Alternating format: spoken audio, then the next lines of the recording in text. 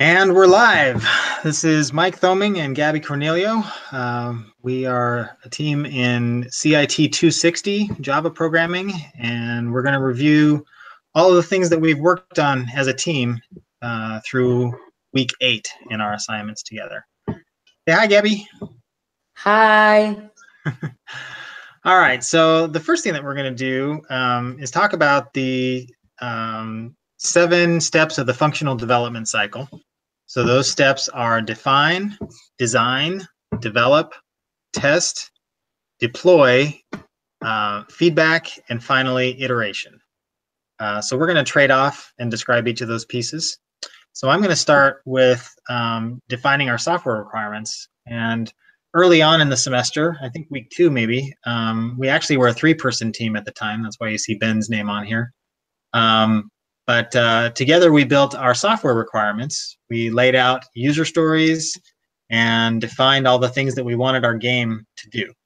So, for example, down here you'll see the opening screen story, what we wanted to happen in that screen, then a main menu story, what would happen there, and the options that the user could select, the new game menu story, continuing a saved game. Gabby created a couple of stories down below here. We had an idea to be able to use graffiti to write things on rocks and things somewhere in our game. And what would you need to do when you're loading your wagon? So we wrote all these details down and how we wanted our game to behave, along with what we wanted it to say for the user and how it would respond to them and the different options that it would present to the user. So all of that came together, and that's how we defined our game and what we wanted it to do. So Gabby's going to talk a little bit about our design that we did after that. So after we define our game, we have to design. And this is the diagram that we built. We created of all of the classes that we would need in the control layer. And each of these functions are pieces that we would try to build in our game. So we have classes of a wagon, regular scene type, the actor, game control, store, question scene. And these are all the classes that we need. Also, we place the getters and setters. So that way we can build our functions and have our code there. That's right. Yeah. I think we refer back to this quite a bit to know what functions we want to create. Have you found yourself going back into this diagram at all this semester? Yes, this would give me ideas on what do I need when I was trying to get the code. So these were some examples that I need. For example, the getters and setters. Yep, great. One of the big pieces of code that I've worked on over the last several weeks is something that's described here in the wagon class, getting quantities of items that would be purchased, getting the item price, and setting the item price. So yeah, it was really important to build this diagram in the beginning so that we could use it later on in subsequent weeks. Thanks, Gabby. Yeah, I wanted to add, when I was doing the map, so this gave me ideas, for example, on then get description, and then, yeah, just, I can read, it's hard to read. Oh, yeah. But save the game and then resume the game. So, yeah, I just want to say that. Yep. Yeah, it's been really good to start that way. So after we have our design laid out, then we started to develop that. So I mentioned the, let me look here. I mentioned the calculate item total cost function that I created. And I used that diagram to show some of the details that I would put in here. But this is then how it looks when I write that function in NetBeans. And we'll talk a little bit more about the details of how this has been put together, but this is what the code piece looks like after you've designed all of it and put the layout together. Of course, then we have to test that code and make sure that it works right. So I'm going to show a test matrix here, and Gabby, if you want to talk about that a little bit. So one of the things we learn is to create test cases. So here we have the cal item total cost, and one, the inputs are item, so the user has to type an item. And for example, the valid entry is food, bullets, and clothing. And then also another input is item cost. So it says 1 is valid the 1, valid 5, and 10. And then the code will also the item quantity to purchase, so how many they can purchase, and then 500, 12, and 12. And the outputs will be the total cost. So then we're gonna, with the code, we're gonna do a calculation, and then the results are there, 560 and 120. But also there are some invalid entries that maybe the user can input. And then one invalid entry is 0, so they have to type 1, and if they don't do it, they're gonna have an error, return -1, and then item cost cannot be null. And then another that is invalid is the 0 in the item quantity to purchase. They have to have like type an item, a number, sorry. So it will return -1 and then a message. Quantity must be greater than 0. And also they cannot type a negative number. And then an error will return a -1 and then the message. And also we have the boundary. So they have to buy at least 1 on food, at least 1, and then item quantity to purchase just 1, and then a maximum of 10,000. And then after we have these test cases written on Word, we have to have our code in NetBeans. And then there is a way that I learned in this class that you can test your code to see if you get the results you want. That's why you have to first design it in the Excel or Word, and then try to match all the same answers. So in here, we have all those test cases. So if you scroll down, yeah. Okay, so yeah, there it says, this is an example of a health of player, the one that I did. And then it type, okay, it's meals a day. How many meals a day does the player have? 7. And then how many hours he walk? And then the input is 5, and also the weight. So the expected result is 1,500. And then it will display also a message. So if after we run this, we could tell that this was successfully. And then all my answers were the same of the test cases that we created in Word. So that helped me because sometimes when I was doing the code, it wasn't working. And then I had to go check at my code and then find out that I was misspelling something, or maybe my number was incorrect. And then after trying and trying, all my cases work. So for example, here it says you're healthy, keep up, because the results were the same as my test cases on Word. Yep. And now, yeah, yes. Yeah, it looks now good. Michael gonna talk, yeah, sorry, about deploy. No, that looks really good. So, yeah, there's not a whole lot else I could say about that. I did the same thing for mine. So if I run our tests, let's see. Let's use test package. Yeah, I think that'll run across all of them. Oh, I missed something here. Anyway, let's see. So mine are inside of the inventory control. So if I run my test there, then it goes through all of my test cases. My first test case was entering food into the matrix, and then the bullets and the cost of the bullets, and then clothing and the cost of the clothing. So similar to what Gabby just showed, I have all these cases built in here. So I set a item weight of 50 and a quantity of 4. So the expected result would be 50 times 4. It should be 200. And if that validates, then it gives me a successful message. Yeah, so there's that. So the next step, number 5 in our process, is the deploy part. And of course, we're not really deploying this game to outside users yet. Maybe when we get it finished, we would do that. But something similar to how we're deploying our code is that we send it out to our Git repository. So we have that out here, and we've shared this with one another.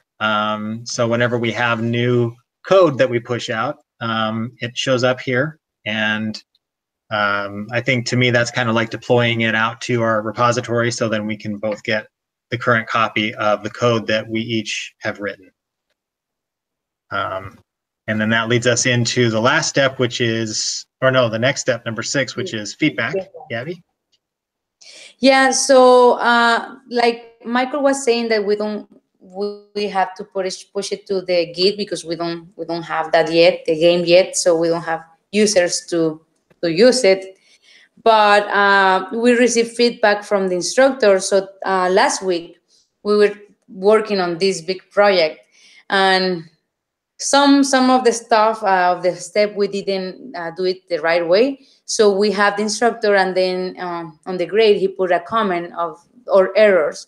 So I was talking to a tutor this morning, and I showed the comments from the instructor, and he helped me with that. So one of the things we're missing, because our code was hopping, so it didn't show the message, the menu. And then he told me that it was because our string, it was an array, and I didn't set it as an array, so I have to put the brackets, and then that allowed me to the code to run properly. So the feedback is really important, because if the instructor didn't tell us the errors, we would know how to improve. So I think feedback is just a great thing. And then the last step is iteration, and then Michael is going to explain about that. Yep, and that's really very similar to what we've already done here. We go through all those previous 6 steps. We get feedback from either a user, or in this case, we got feedback from the instructor or from a tutor, and then we go create a new version of the code. So now we're on, maybe you could say it's our version 2.0 of our game code, and it's better, it's improved from the last version. We had some mistakes from last week, and we have fixed many of those. We'll probably find and fix more bugs as we go along, and that will create another version, and we'll add new features as each week goes along, and that'll be another iteration. So that'll just kind of wrap the whole process up, and we'll keep growing our code and making it better. Okay, so moving on to the second part, we want to talk about examples of select statements. So that would include if statements, switch statements, case statements, and also if-else statements. So Gabby is going to talk a little bit about an if-else statement that she has. This is inside of her game control code. Let me see if I can find that here. Yeah. Health of player. Yeah, health of player. Down. Can you scroll down? A little more? Yeah. So I have this method, health of player, and this is going to see how healthy our player is. We have 3 parameters: meals a day, hours walking, and weight. So they have to type how many meals they eat during the day, how many hours they walk during the day, and then enter the weight. So I have a lots of if-else statement, but I'm going to explain the last one. So at the end, it says if net calories are greater than than 499, or net calories are less than -1, is gonna print a message: you have to eat more meals to survive your journey. Because they have to eat more or burn less calories. And then the other, so if they don't have that, it's gonna print an else if net calories are bigger than 1,500 or net calories are smaller than 2,500. Then it's gonna print a message: you are healthy, keep up. And then else if they don't have that, it's gonna print if net calories is greater than 25. I can read 2501. It's gonna print a system: you are gaining weight, which means you can get sick. And then it's gonna return the net calories. So if else statement is working like if you do for example, if the amount is in this parameter, like in the parenthesis, if not, it's gonna do another and something else. So that's the if else statement. Yep, perfect. And so I'll give an example of a switch statement that I created. I'm gonna go into my get food view here. So the logic behind this class is that the user will be offered a chance to go find some more food. They may have run out of the food that they had purchased, and now they don't have any more anywhere that they can buy more, so they have to go find food. So it's going to present them with options to go hunting, to go gather berries or something, or to go fishing. And the way it does that is with a case statement. And that case statement looks like this. So you run a switch and you tell it what variable you want it to work that on. And so I've declared this string called menu option. And so then it's going to check and see, well, in the case of an H being entered, then I'm going to say that hunting is what was selected. And then I'm going to leave this case statement. That's the answer that I wanted. And so if that's what I find, I'm going to not go any further. I will return back to the requesting statement. If it's not an H, it'll go to the next case and see, is it a G? If it is, then it's going to return this gathering value, and it's going to break. It's going to get out of this statement again and not go any further. Otherwise, it'll keep going. It'll check and see if it's an F and break if it is, or go on and see if it's an A and break if it is, or eventually go on to the Q option.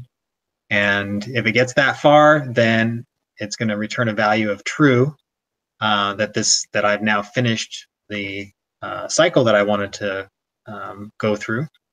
And the default answer, if it doesn't get any of these values, it prompts the user, letting them know that they've entered an invalid selection. Their choice was in none of these options, and that's not allowed, so they have to be prompted to try again. So that's how a switch statement works. Okay, so the next part, we're going to talk about how we tested our code. Is that right?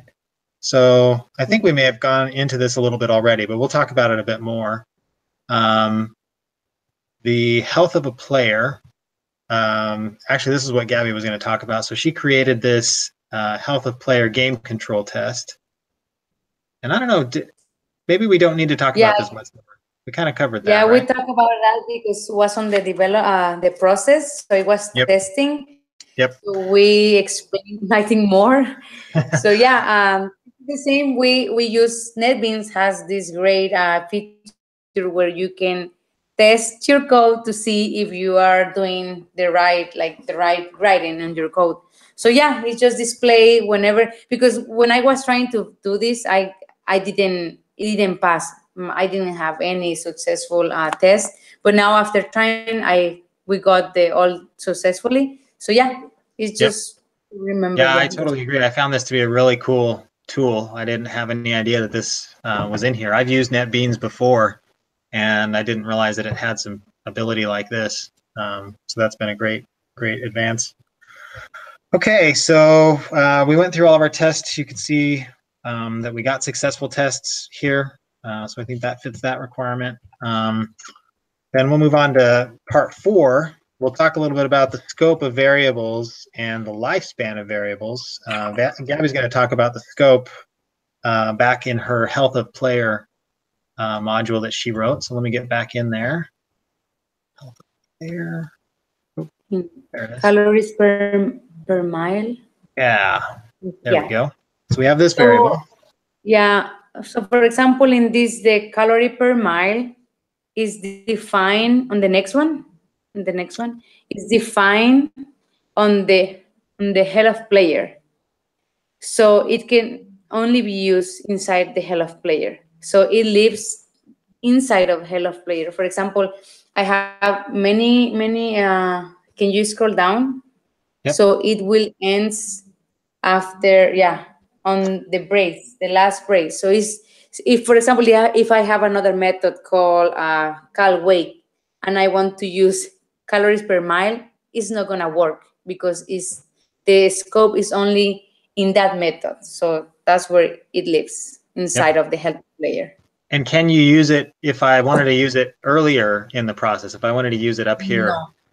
No, you have to use it only in health player because it's defined there. That's when it first gets defined. Okay. Great. So then the other way that the other important piece of a variable is the lifespan of it.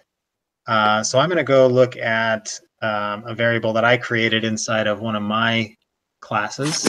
Let's see, that was in, where I put that. Get food. No. Buy food. Okay. So I created a variable called value entry 1. And so this kind of to what Gabby was saying, I created this inside of this display get food view. And I'm using this value to get a entry that the user types in. And once they've typed that in, I check to make sure that it's valid. I prompt them if it's not valid. And then eventually I set another variable called price equal to value entry 1.